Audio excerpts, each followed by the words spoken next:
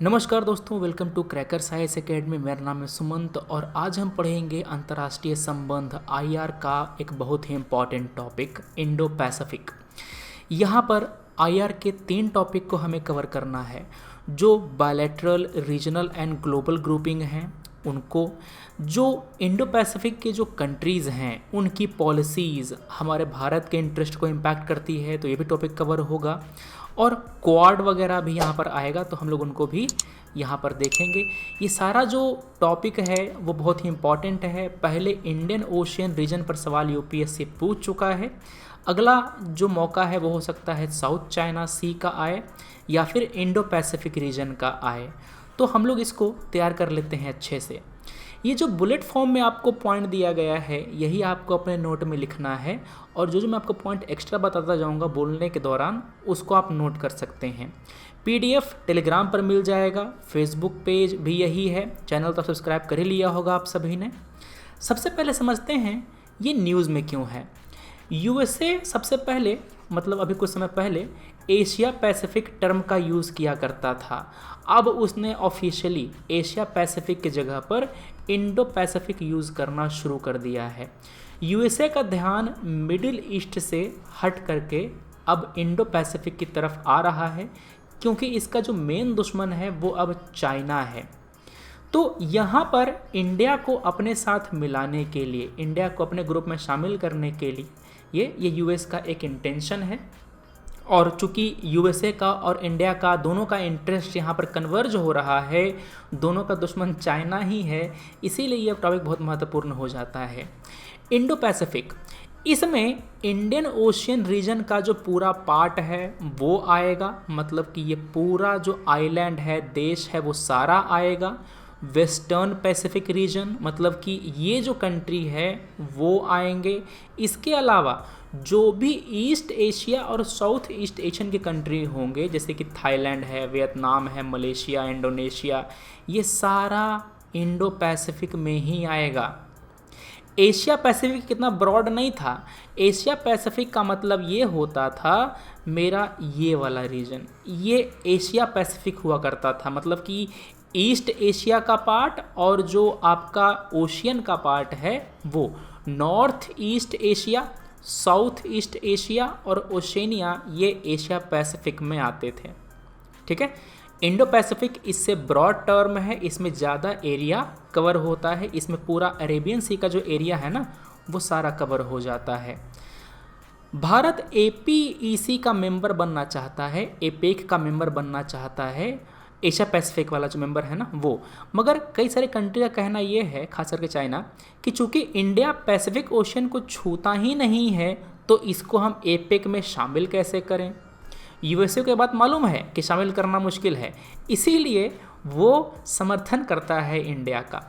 USA को भी मालूम है कि इंडिया को यूएनएससी में शामिल करना बहुत ही मुश्किल है, इसीलिए यूएसए समर्थन करता है इंडिया के यूएनएससी में इंक्लूजन का, इसके परमानेंट मेंबरशिप का। समझ रहे हो बात। तो कई सारी जो बातें होती हैं ना वो केवल दिखाने के लिए होती हैं, केवल लोगों को खुश करने के लिए होती हैं। अब हम पढ़ेंगे कि इंडो पैसिफिक का भारत के लिए क्या महत्व है। ध्यान से, अभी कोई भी पॉइंट नोट मत करना, पहले चुपचाप सुनते रहो। सबसे पहले इंडिया का एस्पिरेशन है नेट सिक्योरिटी प्रोवाइडर बनने का। ये क्या होता है सर? नेट सिक्योरिटी प्रोवाइडर बनने का मतलब ये है कि अपने एरिया में सिक्योरिटी प्रोवाइड करने का, मतलब पायरेसी से लड़ने का, कोई भी डिजास्टर आया तो उसमें हेल्प पहुंचाने का, कोई भी किसी भी तरह की सिक्योरिटी प्रोवाइड करनी हो अपने आसपास के कंट्रीज़ को तो वो इंडिया करेगा। ये इंडिया चाहता है। फॉर एग्जांपल, मालदीव को कोई समस्या हो तो इंडिया जाता है, श्रीलंका को हो तो इंडिया जाता है, सेचिल्स को हो तो इंडिया जाता है। तो ये सब कंट्री के लिए जो नेट सिक्योरिटी प्रोवाइडर है वो इंडिया है। कई सारे कंट्री जैसे कि आपका वियतनाम है, ऑस्ट्रेलिया है, ये चाहते हैं कि इंडिया नेवी एक बड़ा रोल प्ले करे, साउथ चाइना सी में भी वो नेट सिक्योरिटी प्रोवाइडर की तरह आए। एक्चुअली ये दोनों कंट्री चाइना को बैलेंस करना चाहते हैं इंडिया से, मतलब कि इंडिया का बुला करके दोनों को लड़वाएंगे और अपना जो हित है वो देखेंगे। तो भारत क्या चाहता है? एक नेट सिक्योरिटी प्रोवाइडर बनना। Capacity building, military diplomacy. अच्छा देखो ध्यान से, आप जो मेंस के आंसर लिखेंगे ना, तो आपके मेंस के आंसर में लैंग्वेज कैसा है वो बहुत मैटर करता है। तो वहाँ पर आपको जो भारी भारी वर्ड है ना वो फेंकने होते, जैसे कैसे मुन्ना भाई में कहा था उन्होंने उस तरह के वर्ड, जैसे कि कैपेसिटी बिल्डिंग हो गया, military diplomacy, military assistance, direct deployment, ये सारी चीज़ें, ये सारी कैपेबिलिटी इंडिया को चाहिए। दूसरा, साउथ चाइना सी में और दूसरे जो आपके वाटर बॉडीज़ हैं उधर, वहाँ पर ऑयल और हाइड्रोकार्बन मिलता है, जो कि इंडिया की एनर्जी सिक्योरिटी के लिए बहुत ही ज़रूरी है। इसीलिए भी हमको चाहिए वहाँ पर इंडो पैसिफिक में अपना बड़ा रोल। दूसरा, इंडिया अब एक्सपोर्ट बढ़ाना चाहता है। ये कैसे बढ़ेगा? जब हम एक नया नया मार्केट कैप्चर करेंगे, मतलब चाइना के द्वारा कैप्चर किए गए मार्केट को हटा करके, मतलब चाइना को हटा करके वहाँ से हम खुद बैठना चाहते हैं। तो अपना जो इंजीनियरिंग सर्विसेज है, इंफॉर्मेशन टेक्नोलॉजी सर्विसेज है, ये सब हम देना चाहते हैं। ये कब हो पाएगा? जब इंडो पैसिफिक में इंडिया का रोल और बढ़ेगा। नॉर्थ ईस्ट हमारा जो राज्य है, अरुणाचल, नागालैंड, ये सब डेवलप कब हो पाएंगे? जब हम इन राज्यों को साउथ ईस्ट एशिया से जोड़ेंगे। इसके लिए क्या किया जा रहा है? इसके लिए इंडिया, म्यांमार, थाईलैंड, IMT जो हाईवे है, ट्राई कंट्री हाईवे है, ये बनाया जा रहा है और इसका पूरा फंडिंग इंडिया देगा। भारत ये कह रहा है कि ये जो हाईवे है इसको और आगे बढ़ा करके थाईलैंड तक जब हम ले ही आए हैं, तो क्यों ना थाईलैंड से बढ़ा करके आगे लाओस में ले जाया जाए, क्यों ना इसको वियतनाम तक जोड़ दिया जाए, ताकि जो हमारा नॉर्थ ईस्ट स्टेट है वहाँ का माल पूरा आगे वियतनाम तक जा करके एक्सपोर्ट हो पाए और ये पूरा एरिया डेवलप हो जाए। फ्रीडम ऑफ नेविगेशन, इंडिया जो ट्रेड करता है, जो जहाज़ से माल ढुलाई करता है, उसका बड़ा हिस्सा साउथ चाइना सी से होकर के गुजरता है। अब चाइना साउथ चाइना सी को अपना घर का बगीचा मानता है, जो होता है ना घर का पिछवाड़ा, जहाँ पर सामान रखा होता है, कुछ कूड़ा कचरा रखा होता है, कई लोग अपना गाय भैंस बांधते हैं। तो ये जो आपका साउथ चाइना सी है, ये इसको बैकयार्ड मानता है चाइना, जिस तरह से इंडिया अपना इंडियन ओशियन को बैकयार्ड मानता है। और वो चाहता है, चाइना ये चाहता है कि बाकी जो भी कंट्री यहाँ पर आएँ तो उस पर चाइना की धाक चले। तो ये हमारे लिए मुश्किल का चीज़ है। अगर वहाँ पर नेविगेशन करने का फ्रीडम नहीं रहेगा तो हम अपना ट्रेड कैसे कर पाएंगे? अगर चाइना की परमिशन लेनी होगी तो। USA इस मत पर हमारे साथ है। USA भी ये चाहता है कि साउथ चाइना सी में नेविगेशन की फ्रीडम मौजूद रहे। Choke point, strait of Malacca एक चोक पॉइंट है। चोक पॉइंट का मतलब ये होता है कि एक ऐसा पतला सा वाटर बॉडी जिससे होकर के जहाज जाएं और जिसको अगर हम बंद कर दें तो पूरा का पूरा जो आवाजाही है, पूरा का पूरा जो ट्रैफिक है वो बंद हो जाए। ठीक है, ये स्ट्रेट ऑफ मलक्का एक चोक पॉइंट है। वैसे ही strait of Hormuz choke point है। बाब अल मंदाब एक चोक पॉइंट है। सुएज कैनाल, अभी इसमें एक बड़ा सा जहाज अटक गया था, इसने तो चोक ही कर दिया था इस पॉइंट को, तो ये तो खैर है ही। Strait of Gibraltar choke point है। तो ये सारे इंपॉर्टेंट चोक पॉइंट है जो आप देख रहे हैं यहाँ पर। ये पनामा कैनाल है, यहाँ से भी होकर के ट्रेड पास करता है। अगला है चाइना को कंटेन करना। चाइना और इंडिया का इंटरेस्ट एक समान नहीं है। अगर चाइना आगे बढ़ेगा तो इंडिया को पीछे रहना पड़ेगा। चाइना ने belt and road initiative, string of pearls, ये सब पर अपना खूब सारा इन्वेस्टमेंट किया है। पाकिस्तान को बेल्ट एंड रोड इनिशिएटिव का पार्ट बना दिया है।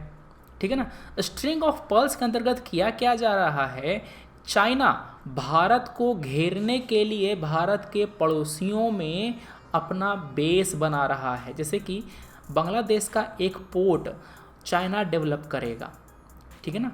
बाद में हो सकता है कि चाइना बांग्लादेश को अपनी तरफ मिला ले और फिर, मतलब अभी नहीं, अभी थोड़ा सा दूर का ये सोच है, हो सकता है कि मिला ले।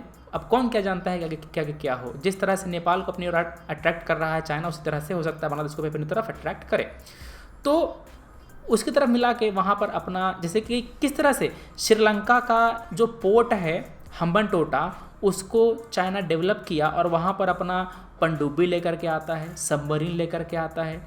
पाकिस्तान का जो ग्वादर पोर्ट है उसको डेवलप कर रहा है चाइना, वहाँ पर भी अपना पनडुब्बी और वो सब लेकर के आएगा। तो एक तरह से भारत को घेर रहा है। म्यांमार में एक पोर्ट डेवलप करेगा, फिर बांग्लादेश में करेगा, श्रीलंका में कर ही रहा है। उसी तरह से मालदीव में भी ज़मीन खरीदा है चाइना, वहाँ पर एक आइलैंड खरीदा है, उस पर भी बना सकता है, कोई ठीक नहीं। तो ये बातें हैं।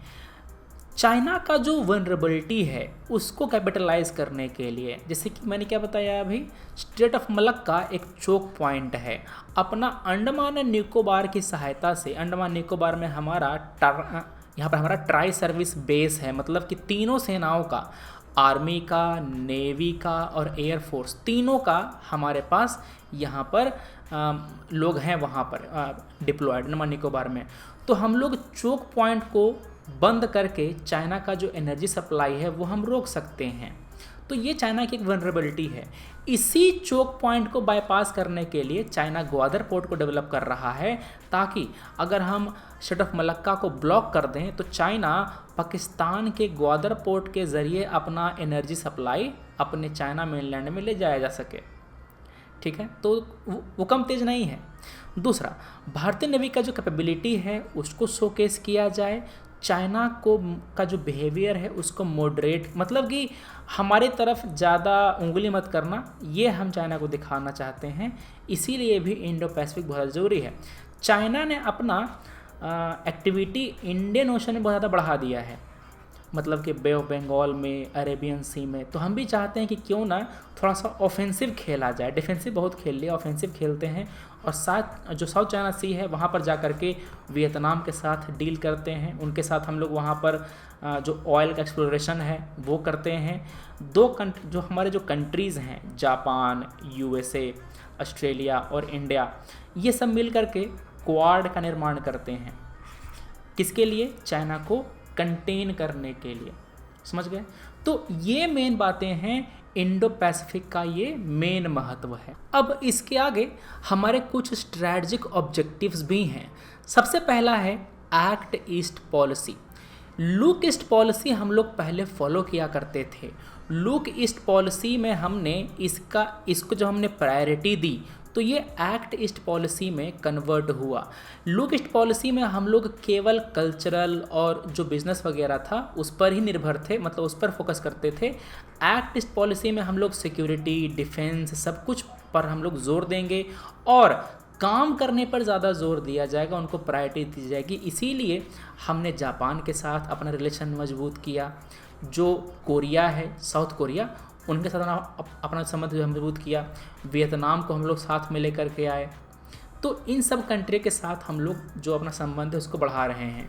मल्टीलेटरल ग्रुपिंग में एंट्री पाने के लिए, जैसे कि NSG, nuclear supplier group, nuclear supplier group में अगर आपको एंट्री चाहिए तो आपको जो भी मेंबर कंट्री हैं एनएसजी का, सबका समर्थन चाहिए होगा। क्या चाहिए होगा? सबका समर्थन चाहिए होगा। चाइना हर बार उंगली कर देता है, चाइना हर बार हमारा रास्ता रोक देता है, इसीलिए हम लोग एनएसजी का मेंबर नहीं बन पा रहे हैं। सेम यूएनएससी का मेंबर बनने के लिए भी चाइना हर बार लगा देता है अपना वीटो। इसी कारण से कोई भी प्रपोजल आगे नहीं बढ़ पा रहा है यूएनएससी के रिफॉर्म का। अरे पहले रिफॉर्म होगा, पहले प्रपोजल आएगा कि हम यूएनएससी को एक्सपैंड करना चाहते हैं, और एक्सपैंड करेंगे भी तो कैसे करेंगे, क्या हम सबके लिए, जैसे कि जो मेंबर कंट्री हैं, क्या हम उनके लिए वीटो पावर रखेंगे, क्या किस तरह के रिफॉर्म होंगे, अभी उस पर बात ही नहीं हो रहा है। हर बार इसको पोस्टपोन कर दिया जा रहा है। तो दोनों का मतलब कि एनएसजी में शामिल होने के लिए, यूएनएससी में रिफॉर्म के लिए, दोनों के लिए हमको समर्थन चाहिए उसका। छोटे छोटे जो कंट्रीज़ हैं उनके साथ हम अलायंस बनाना चाहते हैं ईस्ट एशिया और साउथ ईस्ट एशिया में, क्योंकि ये आइलैंड कंट्री हैं। सभी कंट्री चाइना को मतलब कंटेन करना चाहते हैं, बैलेंस करना चाहते हैं इंडिया के साथ।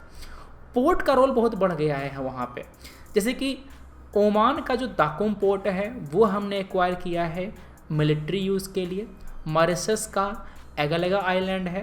सिंगापुर का एक पोर्ट है, वहाँ पर लॉजिस्टिक फैसिलिटी को वहाँ डेवलप करने के लिए हम, जैसे जो इंडियन नेवी है ना, उसको वहाँ पर एक्वायर किया है। जहाँ पर हमारे जहाज़ को रिफ्यूल किया जाएगा, रीआर्म किया जाएगा। जो भी समस्या है, चिप्स ठंडा वंडा खरीदना है तो हम जा करके खरीद सकते हैं। तो ये बातें हैं, ये हमारा है इम्पोर्टेंस। इंडो पैसिफिक के बारे में आपने जो क्या होता है ये समझा, इसका भारत के लिए महत्व क्या है ये समझा हमने। अगले वीडियो में हम समझेंगे क्या चैलेंजेस हैं, चैलेंजेस क्या हैं वो समझेंगे।